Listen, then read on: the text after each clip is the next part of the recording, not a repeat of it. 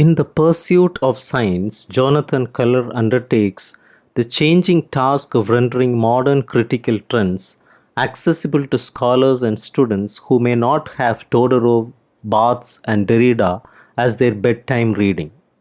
Comprising 11 chapters, some of which are adapted or derived from earlier versions published in various journals and essay collections dating back to 1976.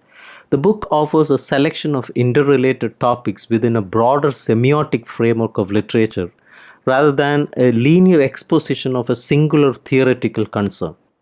Culler's central contention revolves around the idea that contemporary literary criticism should shift its primary focus from the interpretation and reinterpretation of significant literary works to the analysis of how readers perceive and construct meaning from literary texts.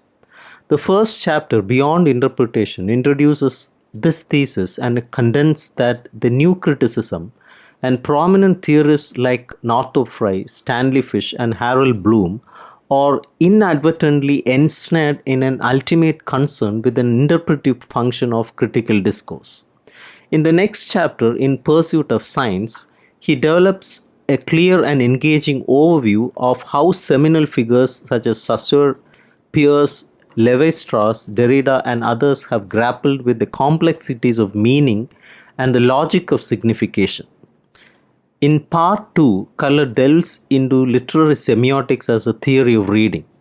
He delves into various subjects, including literary competence, Holland's investigations into reader response, Joss's examinations of the horizons of expectations influencing the reception of literary works in different epochs, the foundation for genre distinctions, Raffatar's interpretation-oriented semiotics of poetry, presupposition, intertextuality, and Stanley Fish's purportedly ambivalent stance on elucidating the procedures and conventions of reading.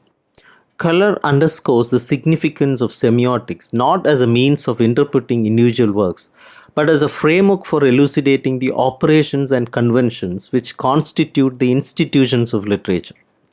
The third section of The Pursuit of Science delves into the deconstructive implications of semiotic theory.